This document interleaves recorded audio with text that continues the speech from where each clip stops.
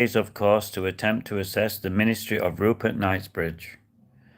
He had only been with us since July of the year before last, and the leadership exercised by any company managing director must inevitably take time to show results.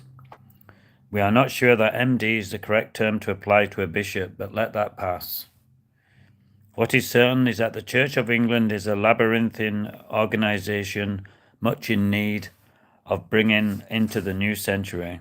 Introducing effective reform may well seem to have a little reasonable chance of speedy success. Did our last bishop set out to shake things up? A committee to consider streamlining the committees of the diocese has been established, but we have heard of no proposals emanating from that source. Bishop Rupert was known to have conservative views on many things and to have faced a certain amount of adverse publicity. Modern science challenges many traditional ideas, and our editor is glad that this is so. To what extent modernization was really on the bishop's agenda is not at all clear. In recent days, however, we understand that he has been accused of selling stolen goods. The police have been investigating that accusation and will no doubt take their time before reaching any conclusions. In the meantime, doubt about the truth or otherwise of this charge will serve only to sully his reputation. Furthermore, we have been informed that others near to our righteous overseer, for that is what the word episcopal means, have also become involved in illegal affairs. The National Committee that regulates clinical research, the Human Fertilization and Embryology Authority, to give it its full and rather cumbersome appellation, has withdrawn the license from a certain clinic in London. We mention this because it is alleged some of those at that clinic have links with our area, and it has even been claimed with the bishop himself. These troubling events contribute a further blow to the bishop's reputation. It is not the purpose of this journal to point the finger at anyone, and certainly not while investigations are underway. But the lesson is clear. The highest degree of integrity is required of all who hold public office, and it is the task of ourselves and of all the media to hold them to it. We understand that there is to be a private cremation attended by the immediate family and a memorial service in the cathedral later this month, to which all are invited.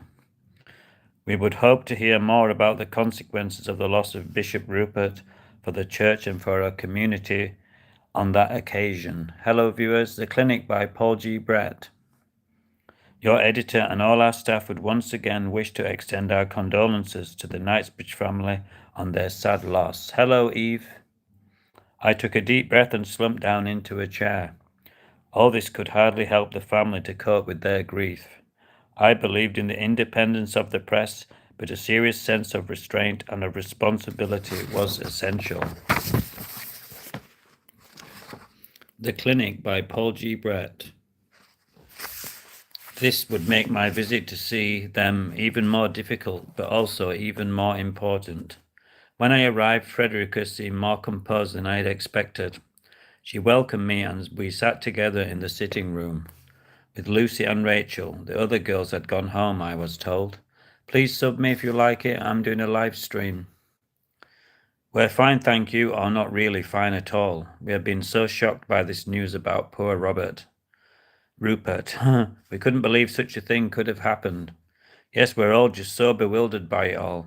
We know he was under a lot of pressure, and he seemed very tired and depressed before he went off to that deanery synod meeting. He said he had to talk to them about the future of the church, and he was not very hopeful about that at all. Do you know how it happened? No, not yet. The police are investigating it. There were some tire marks on the road which looked suspicious, they said, and he was at a sharp corner on that narrow road along the coast. Perhaps he just lost control of the car. It's a very great shock to us all, and he was going to be such a strong guide to the diocese. He had a firm hold on the traditions of the church, and yet he wanted to bring much-needed renewal to our ways of working. I wasn't the only one to think he would turn out to be one of the great bishops of this diocese. Lee, that's such a generous thing to say. He had a very high opinion of you, you know. Oh, I don't know about that. He wrote me quite a strong letter the other day. Actually, I hadn't got round to replying to it. I suppose I won't be able to do that now, sadly. The Clinic by Paul G. Blatt. Hope you enjoyed it. More to come.